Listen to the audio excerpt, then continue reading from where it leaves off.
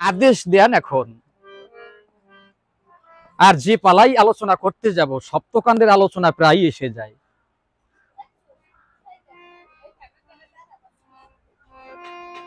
কাজেই সপ্তকাণ্ড রামায়ণ সংক্ষিপ্ত ভাবে আমি বর্ণনা করে যাই। যাও, দুই চারজন মায়েদের এখানে লাগে না একটু মঙ্গলধ্বনি করতে, উলুধ্বনি করতে? আর আদিকাণ্ডে রামের জন্ম সীতা দেবী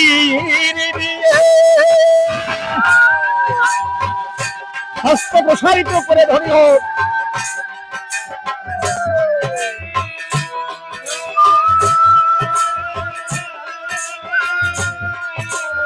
আরে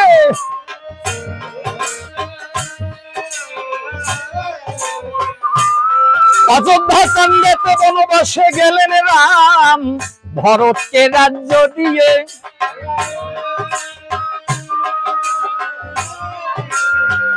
অরণ্যকাণ্ডে রামের সীতা হরিল রাবণ। কিষ্কিন্ধা কাণ্ডে বলি বধে রাম সুগ্রীবে মিলন।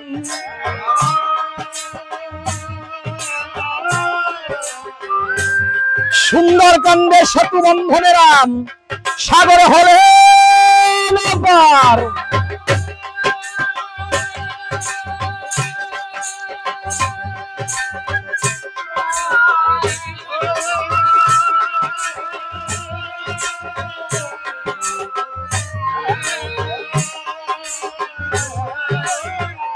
লঙ্কাকাণ্ডে রাজা লঙ্কেশ্বরের সবংশে সংহার।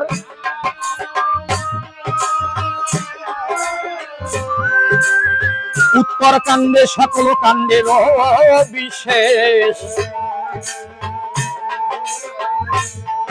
আমার জনক নন্দিনী মা সীতা দেবী করিলেন পাতালে প্রবেশ।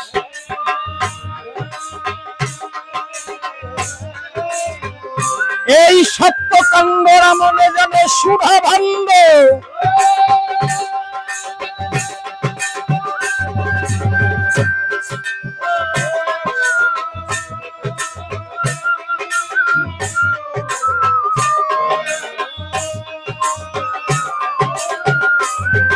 আজি ভক্তি ভরে শ্রবণে করুণ করিব সেই আদি কাণ্ড।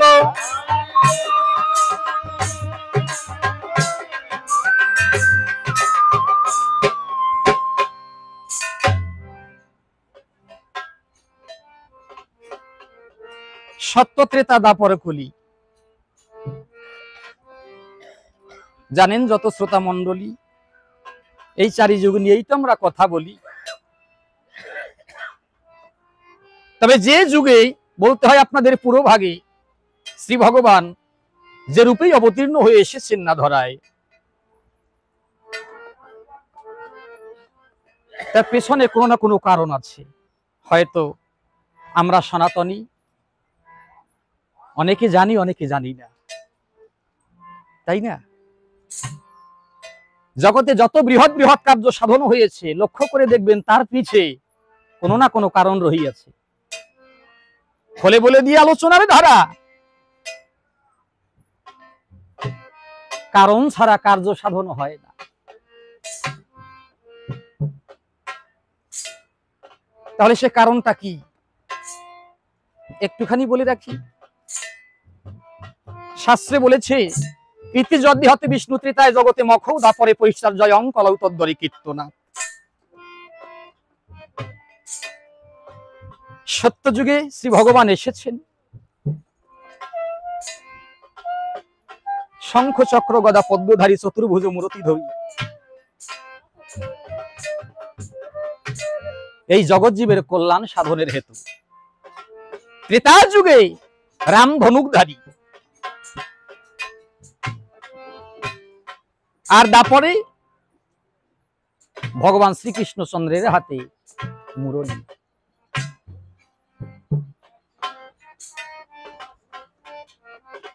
শ্রী ভগবানে বলেছেন এই কলিতে পৃথিবীর প্রয়োজনে তার হাতে খড়গ ধারণ করেও আসতে হবে। শ্রীমদ্ ভগবদ গীতার পাতায় ভগবান শ্রীকৃষ্ণচন্দ্রের মুখ নিঃসৃত বাণী,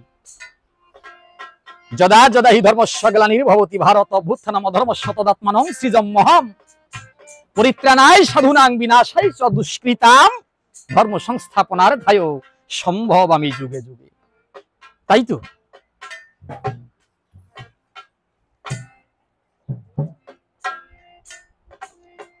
তাই ছিল সত্যতে ষট চক্রবর্তী, এই তিনি গুণের মূর্তি। এরপরে রাজা হরিশ্চন্দ্র পাই। এইসব রাজাদের গুণগান মোরা প্রেমের বাজারে বাজারে গাই। একটুখানি শুধাই,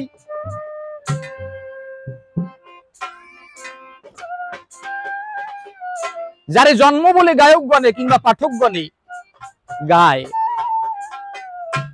আসলে এই জন্ম জন্ম নয়।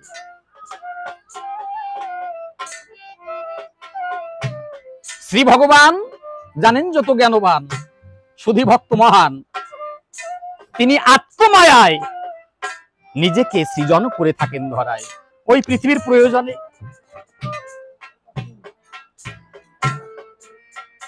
জগৎজীব উদ্ধারের নিমিত্তে, অধার্মিকের বিনাশের হেতু, ধার্মিকের পরিত্রাণের হেতু, আর ধর্মকে পুনঃসংস্থাপন করবার হেতু তিনি নিজেই আত্মমায়ায় নিজেকে সৃজন করে থাকেন, সৃষ্টি করে থাকেন, দিব্য জন্মগ্রহণ করে থাকেন। তাহলে ভগবানের সেই দিব্য জন্মগ্রহণ করা খুলে বলি দিয়ে আলোচনার ধারা আর একজন সাধারণ মনুষ্য সন্তান যেভাবে মাতা পিতার মিলনের ফলে আত্মসুখ চরিতার্থে জন্ম নিয়ে আসে ধরায়, এই জন্মই ভগবানের জন্ম আর একজন সাধারণ মানবের জন্ম কি এক কথা হয় বাবা? এক হয়? কখনোই এক হয় না। জন্ম কারে কয় জানেন? যত শুধু চয় জনক জননী প্রজনন প্রক্রিয়ায় যে সন্তান জন্ম দিয়ে আনেন ধরায় আত্মসুখ চরিতার্থে কামনায়, ওরেই মূলত জন্ম কয়। তা সাধারণ জীবের এই রূপে জন্ম নিয়ে আসা আর আমার ভগবানের ইচ্ছে মায়ায় আত্মমায়ায় নিজেকে সৃষ্টি করা, এটা কি এক কথা হয়? হয় না। আমার ভগবান যদি জন্ম ধরে, যদি বলেন আপনারা আর আমিও বলি হ্যাঁ তিনি জন্মগ্রহণ করেন, তবে এই জন্ম সাধারণ জীবের জন্ম না। তার একনিষ্ঠ ভক্ত সেবক অর্জুনের প্রতি তিনি তাও বলেছেন, জন্ম কর্ম চ মে দিব্য মে এবং যৌবেত্তি তত্ত্বদেহং পুনর্জন্ম নৈতি মামেতি সোহার্জুন। অর্জুন, আমার জন্ম দিব্য আর আমার মরণ দিব্য, আমি দিব্য জন্মগ্রহণ করে থাকি।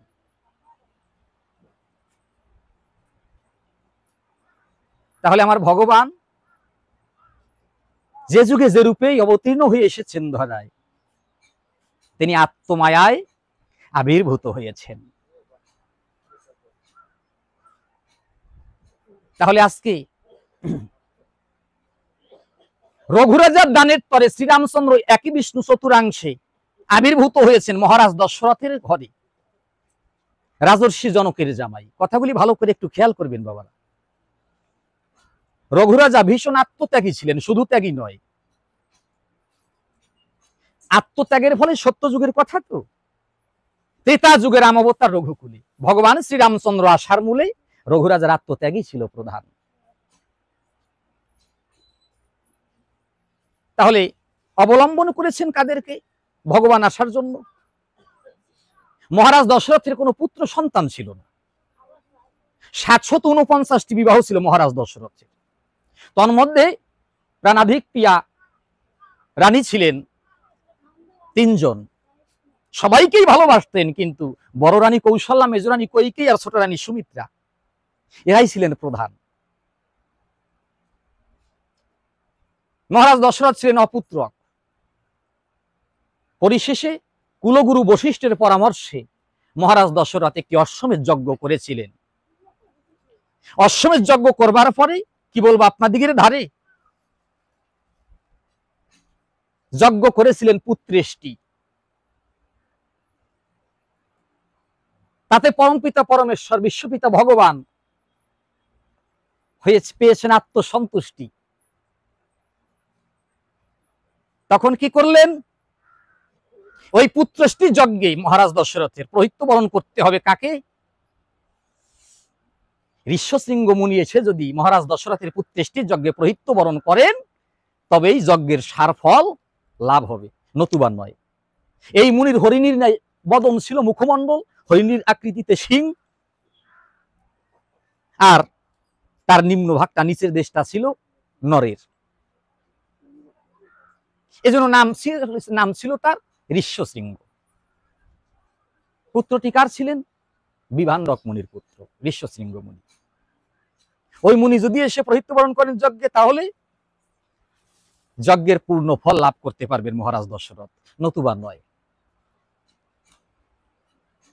তারপরে কি হলো আপনাদিগের কাছে বলা ভালো। পায়চারি করে গিয়ে মহারাজ দশরথ ঋষ্যশৃঙ্গ মুনিকে আনয়ন করেন। যজ্ঞ আরম্ভ করেছেন। যত মুনি ঋষি এসে তারা উচ্চৈস্বরে ভক্তি সহকারে আমাদের আদি ধর্মগ্রন্থ পবিত্র বেদ পাঠ করছেন, বেদের শ্লোক উচ্চারণ করছেন। ঋষ্যশৃঙ্গ মুনি এসে যখন যজ্ঞে প্রহিত্য বরণ করলেন, যজ্ঞ হইতে তখন সমস্ত দেবগণ দেবশক্তি একত্রিত হয়ে চরুদান করেছিলেন। ওই চরু নিয়ে গিয়ে মহারাজ দশরথ বড় রানী কৌশলার মেজরানী কইকেয়ী উভয়কে সমান ভাগে বন্টন করে দেয়। সুমিত্রা সেখানে তখন অনুপস্থিত ছিলেন না। যখন হাতে ধারণ করে চরু রানী কৌশলা রানী কইকেয়ী উভয় আস্বাদন করবেন ভাবে উদ্যত হয়েছে, কোথা হতে যেন কাঁদতে কাঁদতে ছোট রানী সুমিত্রা তিনি এসে ডেকে বলছে, বড় রানী কৌশলার মেজরানী কইকেয়ীর প্রতি, ওগো দিদি, তোমরা চরু আস্বাদন করে পুত্রবতী হবে, পুত্র সন্তানের বদনে তোমরা মা বলি শুনতে চাও। দিদি, তোমাদের মতো আমার কি বাসনা জাগে না? আমি যে জনম দুঃখিনী। বিবাহের পরে বৈবাহিক জীবনে একটা নারী সে যদি মা হতে না পারে, তাকে যদি মা বলে ডাকার মতো কেউ না থাকে, সে যে কতটা যন্ত্রণা মাগো, সে যে কতটা বেদনা, ব্যথার বেঠিক বিনে তো জগতে ব্যথার কথা কেউ বোঝে না। যখন কাঁদছে ছোট রানী সুমিত্রা, বড় রানী কৌশলার প্রাণে দয়া হয়েছে যে বোন ছোট রানী কাঁদছে। তখন বড় রানী কৌশলা ডেকে বলছে, বোন তুমি কেঁদো না, নাও আমার ভাগের অর্ধভাগ চরু আমি তোমায় দান করলাম, তুমি আস্বাদন করো। আর আমি প্রার্থনা রাখি যেন ভগবানের কৃপাতে আমাদের অনুরূপে তুমিও পুত্র সন্তানের জননী হতে পারো, তুমিও পুত্র সন্তান লাভ করতে পারো। তবে একটা কথা আছে বোন, আমার ভাগের অর্ধভাগ চরু আমি যখন তোমায় দান করলাম, এই চরু আস্বাদন করে যদি তোমার গর্ভে কোনো পুত্র সন্তান জন্মগ্রহণ করে, তাহলে তুমি আমায় কথা দাও, আমার পুত্রের সঙ্গে তোমার পুত্র খেলার সাথী হয়ে থাকবে, সুখে দুঃখে একে অপরের পাশে ভাইয়ে ভাইয়ে যে প্রীতির বন্ধন, ভ্রাতৃপ্রেমের প্রকাশ জগতের বুকে তারা দেখাবে।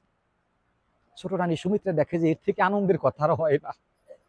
দিদি, তুমি যেমনটা বললে তেমনটাই হবে। মেজরানী কইকেই দেখে বড় দিদি কৌশলা যখন একটু দিয়েছে, উনি ধরেছে বায় না, আমার তো একটু না দিলে হয় না। ওনার ভাগের অর্ধভাগ চরু ডাক দিয়া কয় যে, সুমিত্রা দেখো, আমার ভাগের অর্ধভাগ চরু তোমায় দান করলাম, এই চরু আস্বাদন করে যদি তোমার গর্ভে কোনো পুত্র সন্তান জন্মগ্রহণ করে, তাহলে তোমাকে এখন আমায় কথা দিতে হবে, তোমার পুত্র সন্তান আমার পুত্রের নফর হবে। মানে এক কথায় চাকর যারে কয়, আজ্ঞাবাহক ভৃত্য। দেখো মেনে নিতে পারবে আমার শর্ত, তাহলে আমি আমার অর্ধভাগ চরু তোমায় দিতে পারি। এখানেই তো চিন্তার বিষয়, বড় রানী কৌশলাই বা কি বলেছে, আর মেজরানী কইকেই বা কি বলেছে। ছোট রানী সুমিত্রা ডেকে বলছে, দিদি তোমরা যেমনটা বলেছো তেমনটাই হবে, তবু আমি মা হতে চাই, তবু আমি মা হতে চাই। যখন তিনজন ভক্তি সহকারে স্নান সমর্পণ করি চরু আস্বাদন করে, ভগবানের কি অপূর্ব মায়া। ওই তিনটি মায়ের তিনটি গর্ভকে অবলম্বন করে আমার ভগবান। কেমন অবস্থায়? বড় রানী কৌশল্যার গর্ভ অবলম্বন করেছেন ভগবান শ্রীরামচন্দ্র, যিনি সমগ্র জীবের প্রাণের কেন্দ্র, সুখের দুঃখের কেন্দ্র। আর মেজরানী কৈকেয়ীর গর্ভ অবলম্বন করেছেন ভরত। আর ছোট রানী সুমিত্রার যমজ নন্দন লক্ষণ, বীর শত্রুঘ্ন। এমনি ভাবে এক বিষ্ণু চতুরাংশে মহারাজ দশরথের চারি পুত্র রূপে আবির্ভূত হয়েছেন দশরথ রাজার সূর্য বংশে। এমনি ভাবে শ্রীরামচন্দ্র এসেছেন এই জগতের গায়ে। আর মা সীতার কথা বলতে গেলে মা সীতাও সত্যিকার অর্থে কোন জনিভেদ করে জন্মগ্রহণ করে আসেননি, ধরা পড়ে। এই জন্য ভক্ত যারা, মাতৃভক্ত পুত্র যারা, মা সীতাকে অজনী সম্ভবা বলেছেন, তারা ডাকে তারা অজনী সম্ভবা। এমনি ভাবে প্রভু শ্রীরামচন্দ্র, মা জগৎলক্ষ্মী সীতা জগতের বুকে এসে মানুষকে ভালোবেসে, ভক্তবৃন্দদিগেরকে ভালোবেসে লীলা করে লীলারস আস্বাদন করেছেন। ভ্রাতৃপ্রেমের প্রকাশ, ভক্ত উদ্ধারের পথ, যথার্থ গন্তব্যে একটা জীব কিভাবে পৌঁছতে পারে, একটা মনুষ্য জীব কি করে, কিভাবে সে নিজেকে জানতে পারে, চিনতে পারে, বুঝতে পারে। ভ্রাতৃপ্রেমের প্রকাশ, সতী পতিব্রতা স্ত্রীর প্রতি সৎ পতির কি দায়িত্ব, সৎ পতির প্রতি পতিব্রতা স্ত্রীর কি কর্তব্য, মাতা পিতার চরণ যুগলে সন্তানের কেমন শ্রদ্ধা ভক্তি রাখতে হয়, মাতা পিতার আদেশ কি করে মান্যতা করে জীবন চলতে হয়, জীবনটাকে কিভাবে পবিত্র পুষ্পের ন্যায় প্রস্ফুটিত করতে হয়, সাজাতে হয়, কি করে মানুষকে নিজের লক্ষ্যে পৌঁছতে হয়, যথার্থ গন্তব্যে পৌঁছতে হয়। এমন কোনো নীতি নাই যা আমার দীনবন্ধু প্রভু শ্রীরামচন্দ্রের অগোচর। সবকিছু আছে, অর্থনীতি আছে, ধর্মনীতি আছে, রাজনীতি আছে, সব আছে। যদি কোনো ভক্ত ভক্তি দিয়ে একটু ভাবতে পারে, হৃদয় দিয়ে হৃদয়ঙ্গম করতে পারে, অন্তর দিয়ে অনুধাবন করতে পারে, তবেই সে বুঝতে পারে। আত্মস্থ হলে তবেই তো বোঝা যায়, জানা যায়। তা না হলে কি বোঝার জানার আছে উপায়? উপায় নেই। সিদ্ধি আশ্রম থেকে মহর্ষি বিশ্বামিত্র করেছেন মাঙ্গলিক যজ্ঞের আয়োজন। এই মাঙ্গলিক যজ্ঞের আয়োজন যখন করেছেন মহর্ষি বিশ্বামিত্র, সমগ্র জীবের মঙ্গলের তরে স্বর্গ হইতে নিশাচর সুবাহু মায়া মারিস মহর্ষি বিশ্বামিত্রের মাঙ্গলিক যজ্ঞে করেছেন রক্ত বরিশন। মহর্ষি বিশ্বামিত্র একবার, দুইবার, তিনবার যজ্ঞ করতে গেলেন, যজ্ঞ আরম্ভ করেন কিন্তু সম্পূর্ণ করতে পারেন না। অপারগ্য হয়ে ত্রিকালজ্ঞ ভক্ত দেবর্ষি নারদের শরণাপন্ন হলেন বিশ্বামিত্র। বিশ্বামিত্র মনে ভেবেছেন, আমার এই অসম্ভবকে সম্ভব করতে হলে তাহলে একমাত্র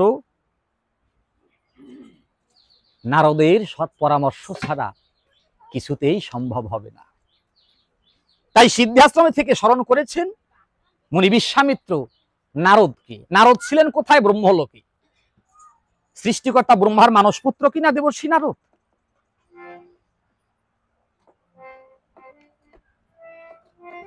হৃদয় বিনা যন্ত্রে জানতে পেরেছেন দেবর্ষি নারদ যে সিদ্ধাশ্রম থেকে কেন জানো মহামুনি বিশ্বামিত্র আমাকে স্মরণ করেছেন, আমাকে এক্ষুনি পৌঁছতে হবে সিদ্ধাশ্রমে। এটা বুঝবার বিষয় বাবা।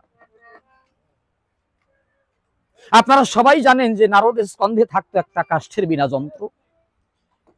কাষ্ঠের বিনা যন্ত্র বাজাতো আর মধুর স্বরে প্রভুর মধুমাখা রাম গুণগান গাইত। কেন জানেন?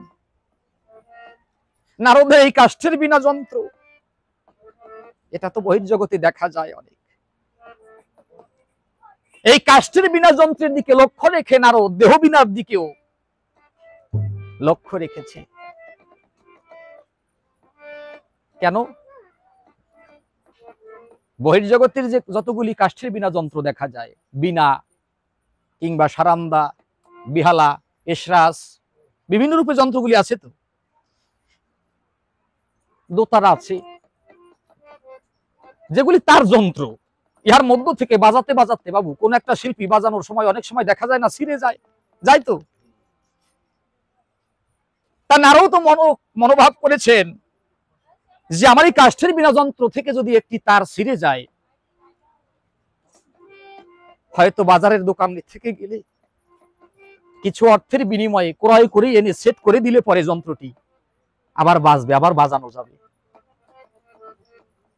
কিন্তু এই কাষ্ঠের বিনা যন্ত্র আর আমার দেহ বিনা যন্ত্র তো কখনো ভিন্ন নয়, একই বিনা যন্ত্র। আমার এই দেহ বিনা যন্ত্রে যেগুলি তার আছে, কাষ্ঠের বিনা যন্ত্রে আছে 3টি তার বাবা, তাই না? উদারা মুদারা আর তারা। আর আমার এই দেহ মধ্যে শুধু 3টি তার নয়, কথা বলতে গেলে বাবু একটু বেড়ে যায়। দেহ তত্ত্ব সম্পূর্ণভাবে যদি নাও বলতে পারি, তথাপিও একটু বলি।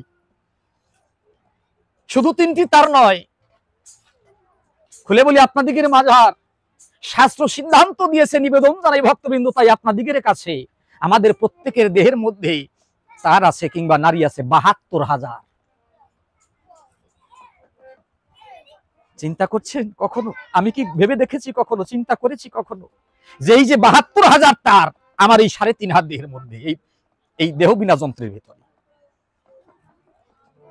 ভগবান, আমরা প্রত্যেকে যার কোলের সন্তান, সেই যে বিশ্বপিতা ভগবান, তিনি এমনও ভাবে তিনি এই তারগুলি জয়েন্ট দিয়েছেন, সেট করে দিয়েছেন। কখনো কি ভেবে দেখেছি? কোন সময় তো কখনোই তো একটা তারের সঙ্গে আর একটা তার কখনো পেস লাগে না, জড়িয়ে যায় না। কখনো হয়েছে এমনটা মাগো? হয়নি। অথচ ৭২,০০০ তার এইটুক বিনা যন্ত্রের ভেতরে, এই দেহ বিনা যন্ত্রে, এই ৭২,০০০ তারের ভেতরে খুলে বলি আপনাদিকে ধারে ১৩ তার বলুন কিংবা নারী বলুন, এই ১৩ নারী প্রবল প্রধান।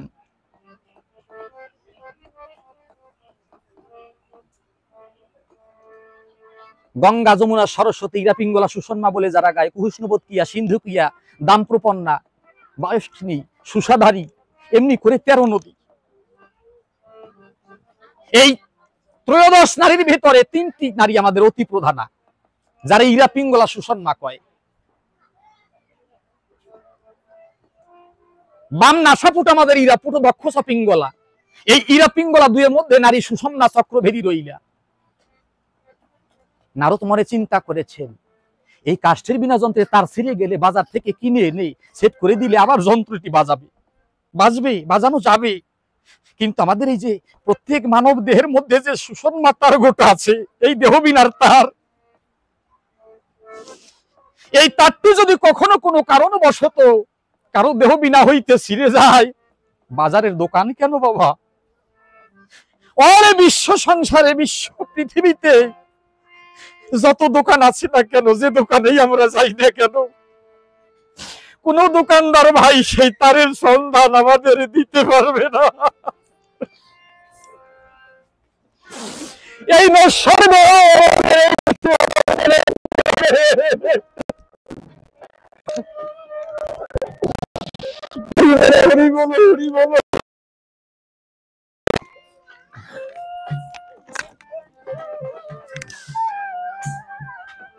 তাই আমরা গর্ব করি, আমরা অহংকার করি এই মানব দেহের জন্য। তাই নারদ বুঝতে পেরেছে। আপনারা এও জানেন যে নারদ বিরোধী ভক্ত, বহির্জগতে নারদের যা চলাফেরা সত্যিকার অর্থে তা দ্বন্দ্বমূলক, কিন্তু ভেতরে নারদের একটা অভ্যন্তরীণ ভাব আছে বাবা, যে ভাবের দ্বারায় বৃহৎ বৃহৎ কার্য সাধন হয়। নারদ এই চিন্তা করে ওই কাষ্ঠের বিনা যন্ত্রখানা স্তম্ভের থেকে হাতে ধরে ডেকে বলেছে বিনার ধারে, ওরে বিনা, তোর আছে 3টি তার, উদারা মুদারা তারা, আর আমার দেহ বিনায় আছে 6টি তার। শত রজতম ইরা পিঙ্গলা সুশোভা। বিনারে এখনো সময় আছে জীবনে, এই 9টি তার একত্রে সংযোগ হয়ে একবার প্রভুর মধুমাখা রাম নামে গিয়ে ও দেহ বিনা প্রভু শ্রীরামচন্দ্রের সান্নিধ্যে চল। ছিঁড়ে পড়ে গেলে বিনা আর তো হবে না, এই সাধুর সঙ্গে যাওয়া আর তো হবে না, বৈষ্ণব সঙ্গ করা হবে না, সাধুগুরু বৈষ্ণবের চরণের ধুলি পুরানো হবে না। তাই বলছি বিনা সময় থাকতে আমরা সাধুর সঙ্গে চল।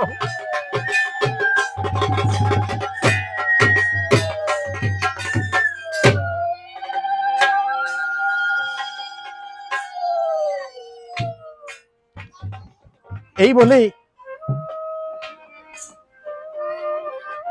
নারদ কি করেছে, কেমন ভাবে নারদ তার বীণা যন্ত্রে টান দিয়েছে। কোন টানে নারদের বীণা যন্ত্র কি নাম গেয়ে উঠেছে।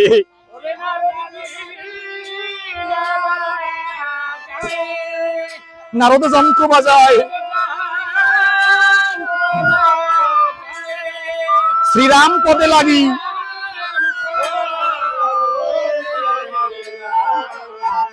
আরে নারদ বীণা বাজায়।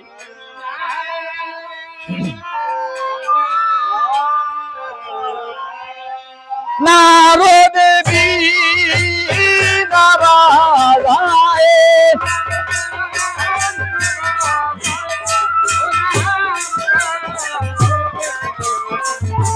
হরি বলো হরি বলো হরি বলো।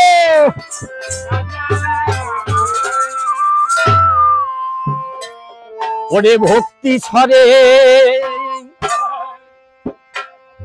নারদে যখন তারে বিনাই দিচ্ছে কাম,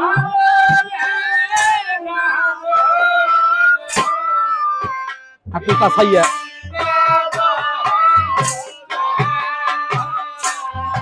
দ্বিতীয় ক্রমে বলে উঠেছে কোথায় জয় রাম শ্রীরাম।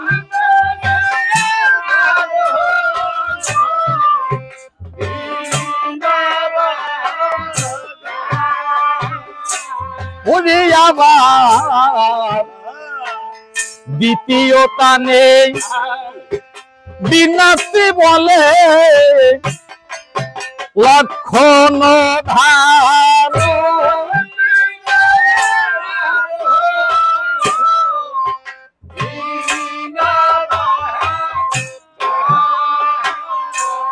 তৃতীয় টানে বিনাতে বলে তুমি কোথায় মা জানো কি।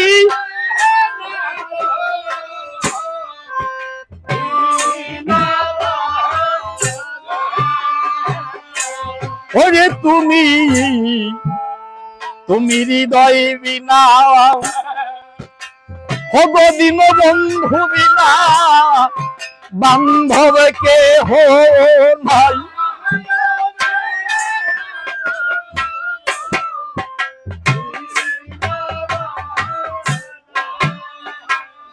উদারা মুদারা তারা গ্রামে নিয়ে আমি প্রভুরি গুণ গাই।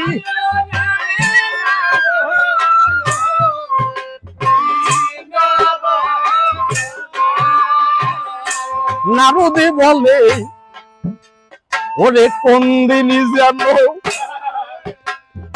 এই দেহ বিনার আমার তার সিরিয়া যাবে।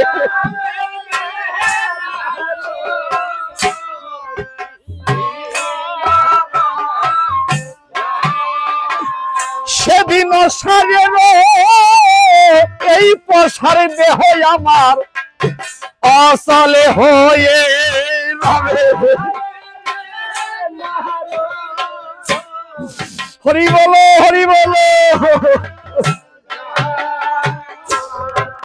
সেই দিন ভাই বন্ধু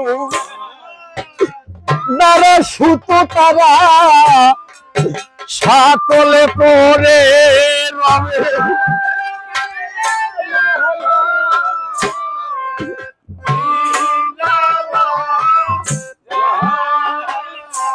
ওরে সকলে ফেলে খালি হাতে আমার চলে যেতে হবে।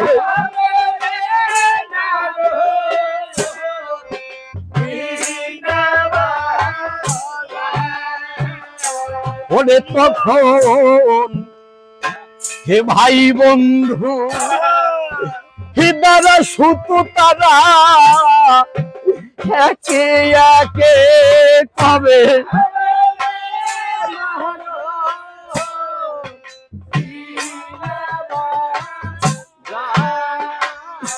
ওরে মায়ার বাঁধনে ছিন্ন করে আমার চলে যেতে হবে।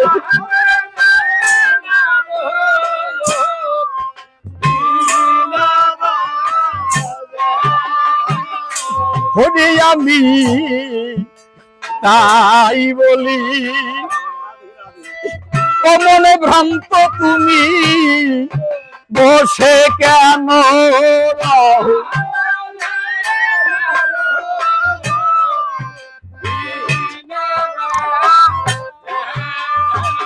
তোমার দিনে ফুরালো একেবারে তুমিও সাধুর সঙ্গে যাও।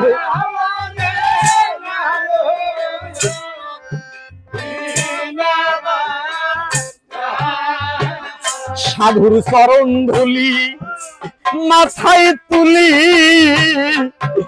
প্রেমানন্দে ভেসে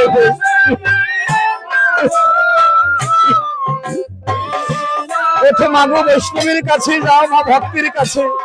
ও সাধু চরণ ধুলি মাথায় তুলি প্রেম সাগরে ভেসে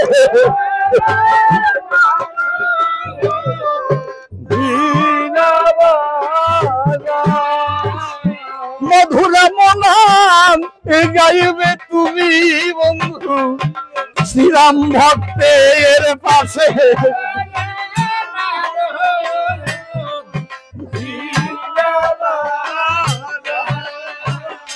হরি আমি সুখের আশায় ঘরে বাঁধিলাম ওই মধুমতির স্বরে।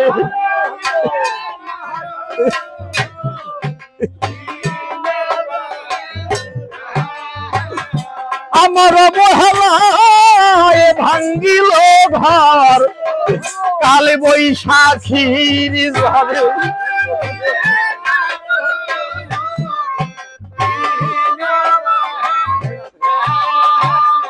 হরি এসেছিলাম এই ভাবে বন্ধু থাকা যাবে না।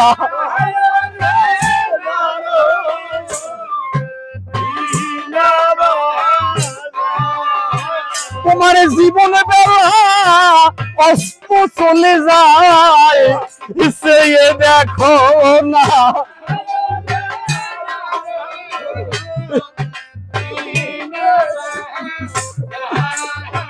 ওরে চিরদিন তো কেউ রবে না হাতে বুঝে মমতা।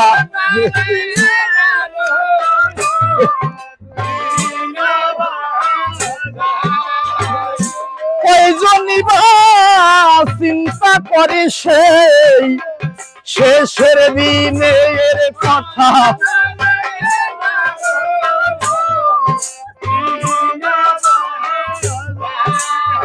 চলে যেতে একদিন হবে এই মানব দেহ চিরদিনের নয়।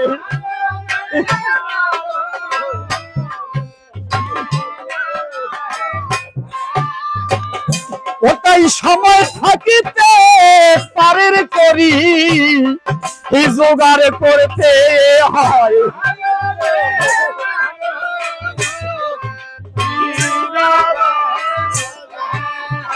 ওরে পারের করি মধুর রাম নাম সাপরি নামেও তাই।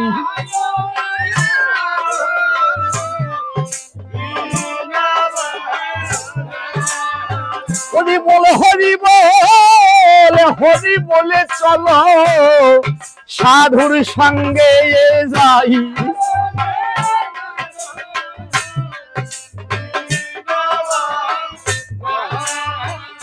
হরি রাম নাম নিয়ে নারদ যখন করিল গমন,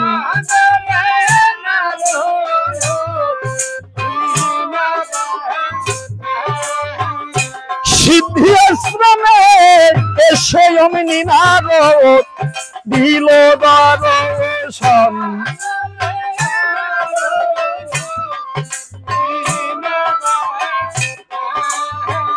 এমন মধুর রাম নামে সামন ভয়ে করি,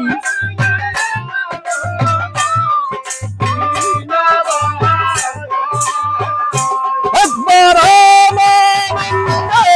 ভক্তবৃন্দে বলুন হরি হরি।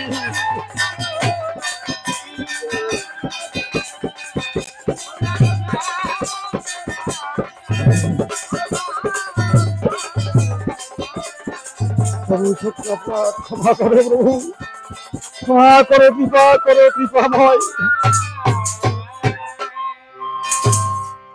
নারদ এসে দেখতে পায় অসম্পূর্ণ মাঙ্গলিক যজ্ঞ সুসম্পূর্ণ না করতে পেরে ধুলায় পরে বিশ্বামিত্র মুনি গড়াগড়ি যায়। তাই দেখে ভক্তিপূর্ণ প্রণাম দিয়েছে নারদ বিশ্বামিত্রের পায়ে। মুনি ঠাকুর প্রণাম হই আপনার চরণ যুগলে। কে কে তুমি আমায় প্রণাম করছো? আমাকে চিনতে পারছেন না? মুনি ঠাকুর, আমি দেবর্ষি নারদ। ক্ষণকাল পূর্বে যে আপনি আমায় স্মরণ করেছেন, তাই বলছি মুনি ঠাকুর, কি জন্যই বা আপনি আমাকে স্মরণ করেছেন, আর এই জন্য কি জন্যই বা আপনি এমনি ভাবে মৃত্তিকায় পড়ে গড়াগড়ি যাচ্ছেন আর ক্রন্দন করছেন? বিষয়টা খুলে আমায় বলবেন কি মুনি ঠাকুর? বিশ্বামিত্র মুনি বলছে, নারদ রে, সে বড়ই দুঃখের কথা, ব্যথার কথা। এই তাকাইয়ে দেখো নারদ, আমি একে একে 3 বার আমি মাঙ্গলিক যজ্ঞ আরম্ভ করতে যাই। যজ্ঞ আরম্ভ করি যজ্ঞবেদী সাজিয়ে। যখনই যজ্ঞ আরম্ভ করি, মায়ামারিচ রাক্ষস সুবাহু তারা দল বেঁধে এসে মাংস ঢেলে দিয়ে আমার যজ্ঞ নষ্ট করে দেয়, রক্ত বমন করে যজ্ঞের বেদী ভাসিয়ে দেয়। এই অসম্পূর্ণ মাঙ্গলিক যজ্ঞ সুসম্পূর্ণ না করতে পেরে নারদ আমি তোমার স্মরণ করেছি। হে নারদ, এবার তুমি কৃপাপূর্বক আমায় বলে দাও যে কেমন হলে কি করলে আমার অসম্পূর্ণ মাঙ্গলিক যজ্ঞ সমগ্র জীবের মঙ্গলের তরে সুসম্পূর্ণ হতে পারে। নারদ মাথার উপর হাত তুলে রেখে রেখে বলেছে, জয় শ্রীরাম নারায়ণং মধুসূদনং, জয় শ্রীরাম নারায়ণং মধুসূদনং। মুনি ঠাকুর, আমি দেখতে পাচ্ছি যে আপনি যজ্ঞ আরম্ভ করেছেন, যজ্ঞবেদী সাজিয়েছেন, কিন্তু মুনি ঠাকুর, স্বয়ং যজ্ঞেশ্বর শ্রীহরিকে ভক্তি সহকারে যদি যজ্ঞবেদীর উপরে উপবেশন না করানো হয়, তাহলে আপনার অসম্পূর্ণ যজ্ঞ সুসম্পূর্ণ হবে কেমন অবস্থায়? দেখেছেন নারদের ভাব। যজ্ঞটা আপনি করছেন কার উদ্দেশ্যে? যজ্ঞ অর্ঘ্য কার চরণে আপনি অঞ্জলি দেবেন, কার চরণে দেবেন? তাহলে সে কোথায়? তাকে তো আগে আবাহনের দ্বারায় আসনে আনতে হবে, ভক্তিতে, সাধনায়। তাহলে সে কোথায়? সেই যজ্ঞেশ্বর স্বয়ং শ্রীহরি কোথায়? মুনি ডাক দিয়ে বলছে, নারদ রে, যজ্ঞেশ্বর শ্রীহরি কোথায় আছে? নারদ বলছে, বাহ, ভালো কথা, আপনি মুনি, আপনার কাছে দেই শুনানি। ধ্যানমগ্ন হলেই তো আপনি বুঝতে পারেন যে যজ্ঞেশ্বর শ্রীহরি কোথায়।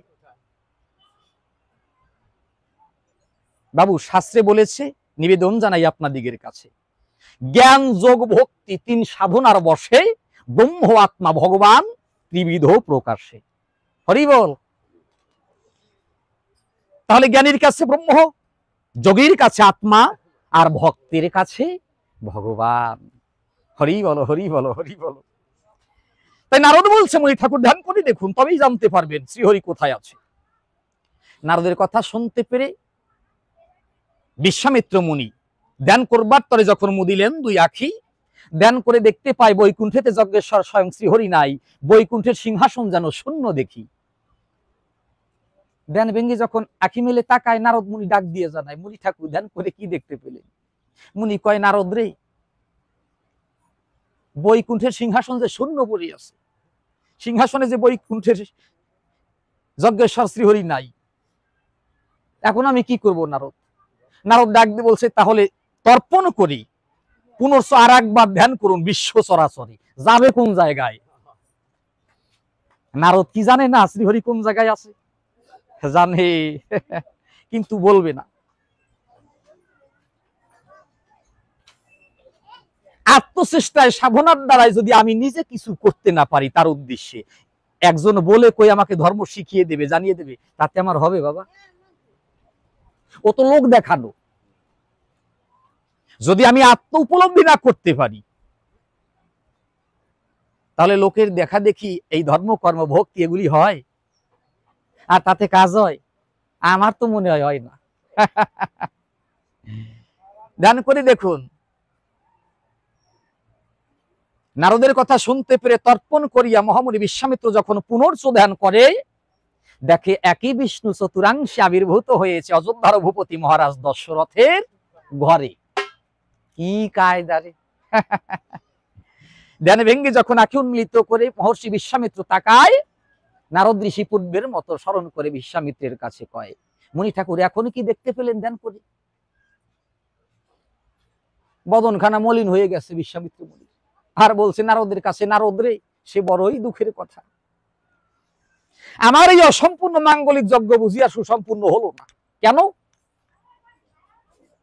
একই বিষ্ণু চতুরাংশে দশরথ রাজার পুত্র রূপে আবির্ভূত হয়েছে রাজা দশরথের সূর্য বংশে, শ্রীরাম ভরত লক্ষণ শত্রুঘ্ন রূপে। এ তো রাজা দশরথে হলো, আমি পেলাম কই?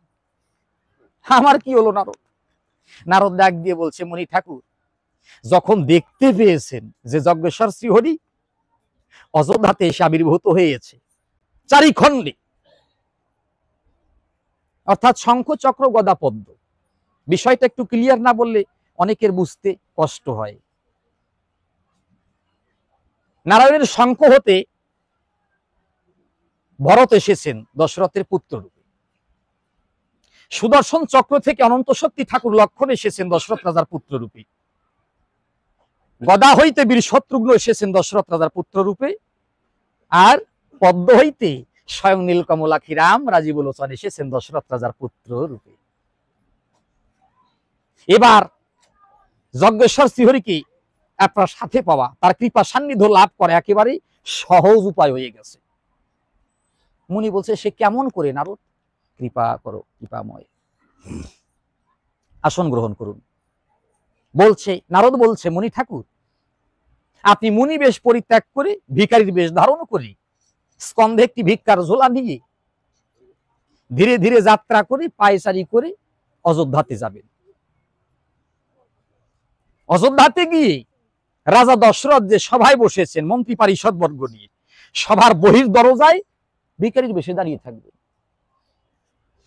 নিশ্চয়ই আপনাকে দেখার সঙ্গে সঙ্গে মহারাজ দশরথ সাদর সম্ভাষণে পাদ্যে অর্ঘ্য দিয়ে বসবার জন্য তার আপন সিংহাসন খানাই ছেড়ে দেবেন, কিন্তু আপনি বসবেন না। দেখেন, এই পরামর্শ কিন্তু নারদের। বসতে আপনাকে আসন দান করবেন রাজা দশরথ, কিন্তু আপনি বসবেন না। আমি যা এখন আপনাকে বলে দিচ্ছি, আপনি আমার সেখানে বলি বলবেন। আপনি বলবেন যে, মহারাজ দশরথ, আমি আপনার অযোধ্যাতে বসতে আসি নাই, আমি আপনার নিকট কিছু ধন ভিক্ষা চাই, যদি আপনি আমাকে উপযুক্ত ভিক্ষা দেন তাহলে আপনার দেয়া ভিক্ষা নিয়ে আমি আমার গন্তব্যে যেতে চাই, আমি বসতে আসি নাই।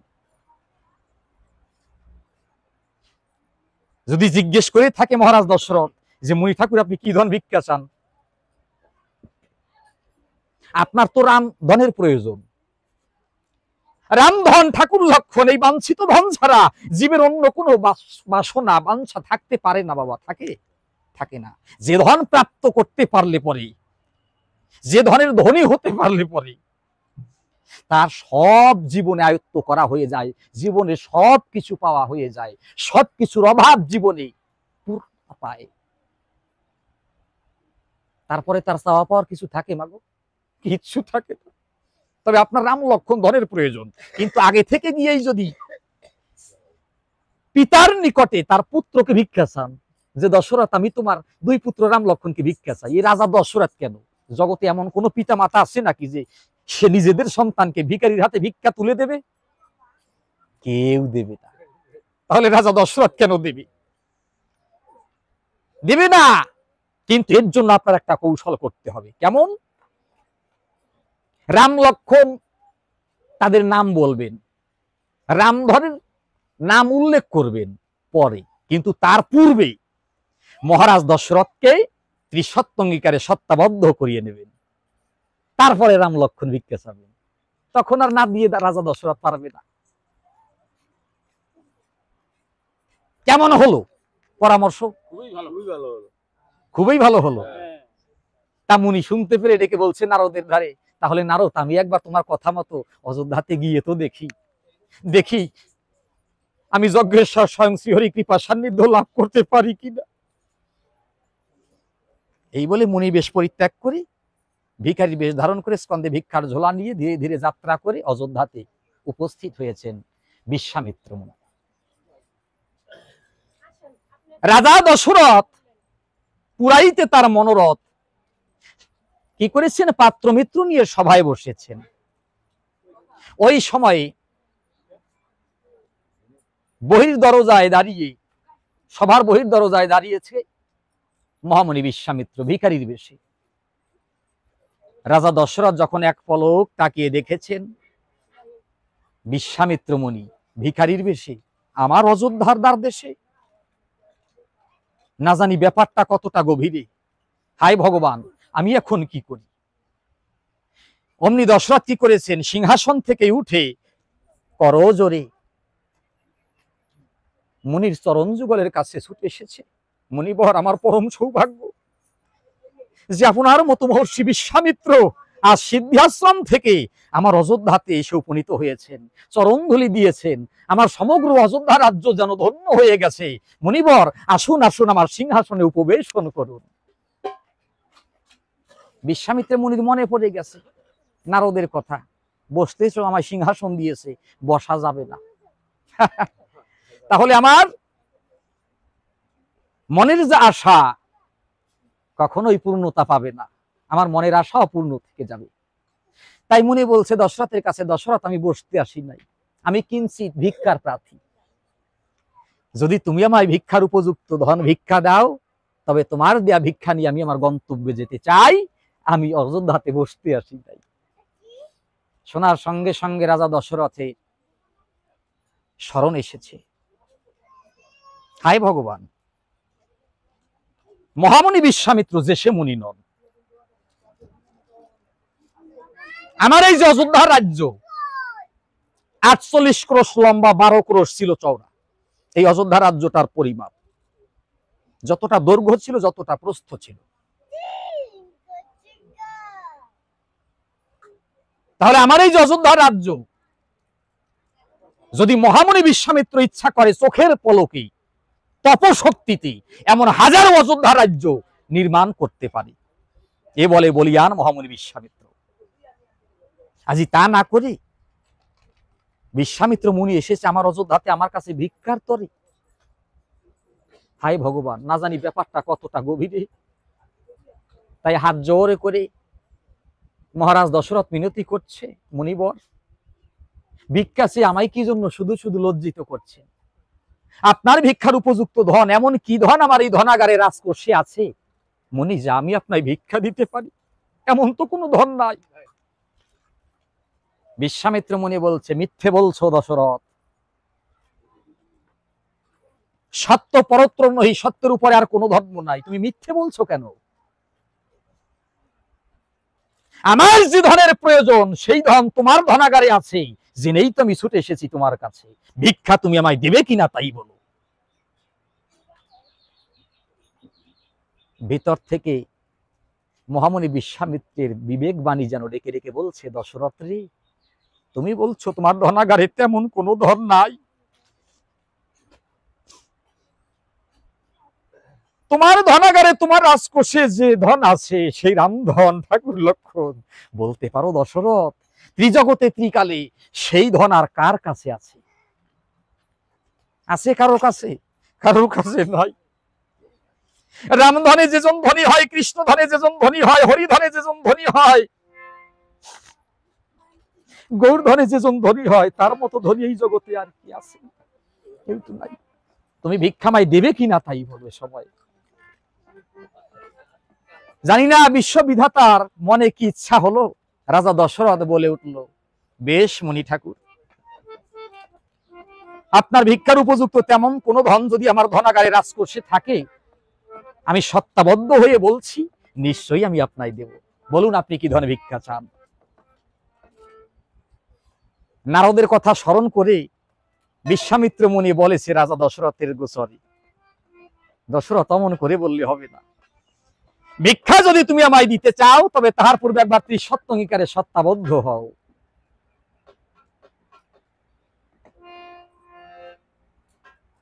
রাজা দশরথ তো কখনো বুঝতে পারেননি, স্বপ্নেও ভাবতে পারেননি যে দশরথের সোনালী খাঁচার ভেতরে যে রামসুখ পাখিটা আছে, বাবা, রামসুখ পাখিটাকে আকর্ষণ করে মুনি বিশ্বামিত্র দূরে নিয়ে যাবে মা বাবার কাছ থেকে। কখনো কল্পনাও করতে পারেননি।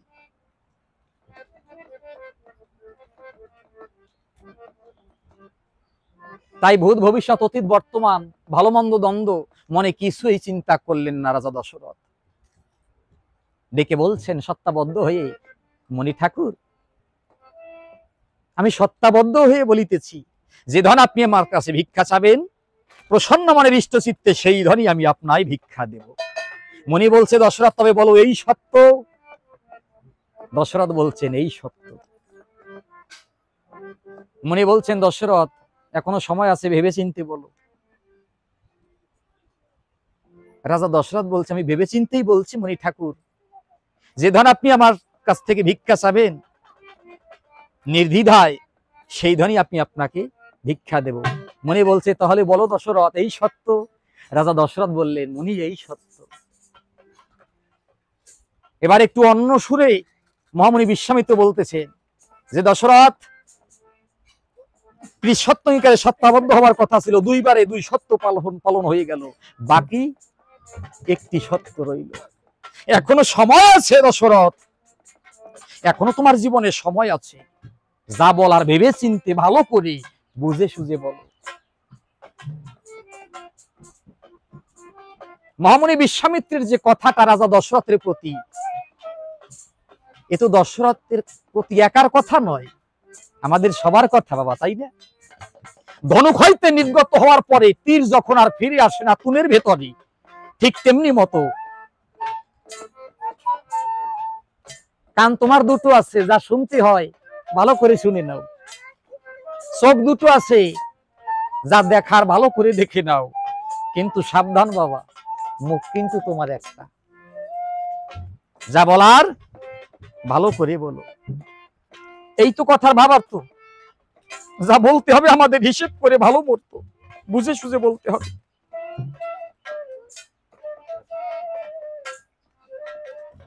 তাই বলছে হিসেব করে ভালো করে বুঝে সুঝে বলো দশরথ। রাজা দশরথ বলছেন পূর্বের মতো তাই। হ্যাঁ মণি ঠাকুর, যে ধন আপনি ভিক্ষা চাবেন, এ মুহূর্তে প্রসন্ন হয়ে সেই ধনই আমি আপনাই ভিক্ষা দেব। বলুন আপনি আমার নিকট কি ধনে ভিক্ষা চান? যখন ত্রিসত্য অঙ্গীকারে সত্তাবদ্ধ হলো, রাজা দশরথ বিশ্বামিত্রের স্থানে সঙ্গে সঙ্গে দক্ষিণ হস্ত উত্থিত করে মহামুনি বিশ্বামিত্র সাক্ষী মেনে ডাক দিয়ে বলছে, রাজা দশরথের এই কথার সাক্ষী হয়ে থেকে তোমরা 33 কোটি দেবতা, চন্দ্র, সূর্য, গ্রহ, নক্ষত্রাদি আজ মহারাজ দশরথের নিকটে নিজ ভাই ভিক্ষা চাচ্ছে। আপনি ত্রিসত্য অঙ্গীকারে সত্তাবদ্ধ হয়ে মহারাজ দশরথ তোমাকে সেই ভাই ভিক্ষা দিতে যাচ্ছে। সবাই মিলে তোমরা মহারাজ দশরথের এই ত্রিসত্য পালনের সাক্ষী হয়েছে।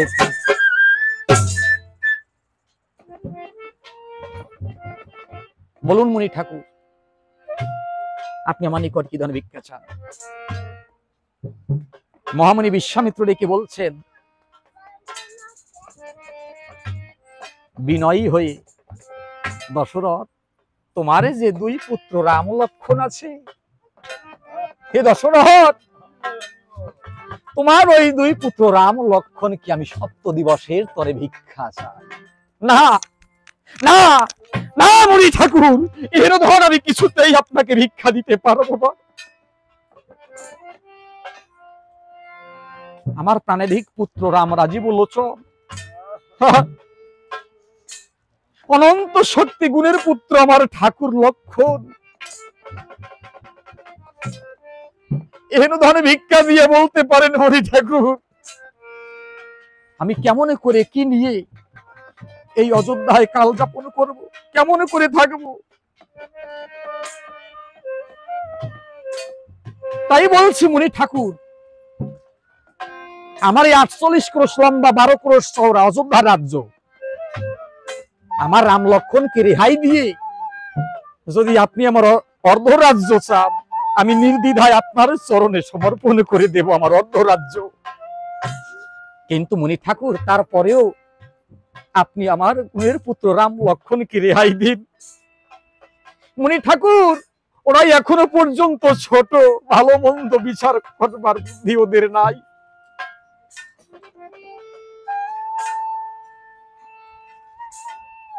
এন ধন ভিক্ষা মুনি ঠাকুর আমি আপনাকে কিছুতে দিতে পারবো না, আপনি আমায় ক্ষমা করুন। যখন বলছেন রাজা দশরথ যে হেন ধন ভিক্ষা আমি আপনাকে দিতে পারবো না, কিছুতেই দিতে পারবো না মুনি, দশরথ রাজা তাকিয়ে দেখতে পায় সঙ্গে সঙ্গে মহামুনি বিশ্বামিত্রের চক্ষু দুইটা যেন রক্ত জবা পুষ্পের ন্যায় হয়ে গেছে। কি সর্বনাশা মুনি ছিল রে বাবা বিশ্বামিত্র মুনি। একটু এদিক থেকে সেদিক, সেদিক থেকে এদিক হলে পরে অভিশাপ দেব।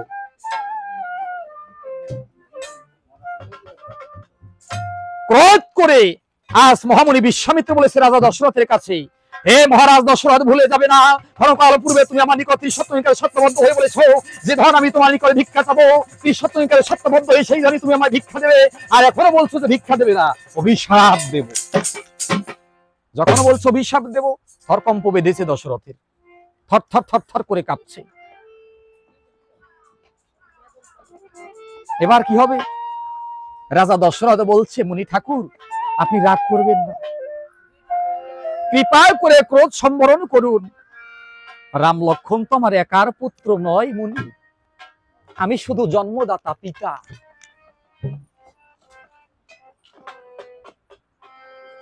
একটা বাবার চেয়ে সন্তানের প্রতি যত অবদান মায়েরই বেশি থাকে। জয় রাধে শ্রী রাধে। বেশি থাকে তার কারণ কি? জ্ঞানীজন লক্ষ্য করে মাতৃভক্ত পুত্র যারা চিন্তা করে যে একটা মা এই জগতে একটা পুত্র সন্তান লাভ করতে হলে পরে মাকে কত কষ্ট করতে হয়, কত ত্যাগ স্বীকার করতে হয়, কত বেদনা হিয়ায় রেখে মাকে কেঁদে বেড়াতে হয়। সন্তানের সুখের তরে, সন্তানের মঙ্গলের তরে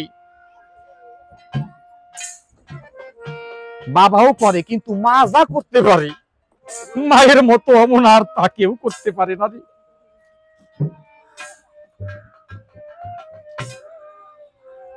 জননী জন্মভূমিশ্চ স্বর্গাদপি গরীয়সী, আর পিতা স্বর্গ পিতা ধর্ম পিতাহি পরমং তপ পিতরি প্রীতিমা পণ্যে প্রিয়ন্তে সর্বদেবতা। আপনারা একটা গানের পদে নিশ্চয়ই শুনেছেন অনেকজন, পিতা আনন্দেতে মাতিয়া সাগরে যায় ফেলিয়া। কি শোনেন নাই গানটা?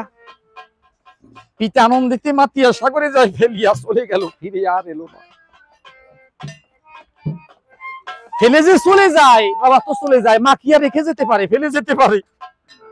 মা পারে না।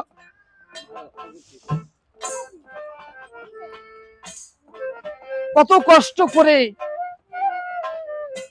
মা ওই সন্তানটাকে লালন পালন করে,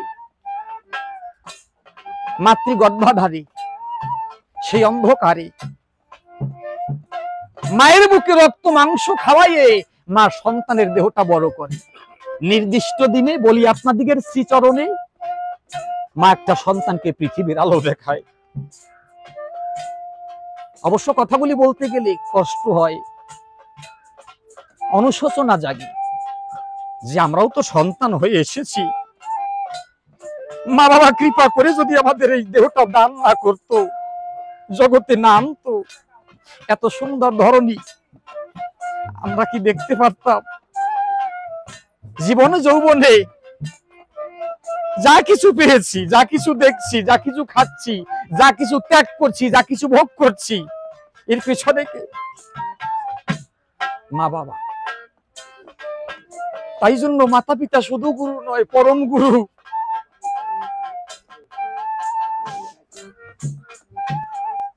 এই মাতা পিতাই গাছের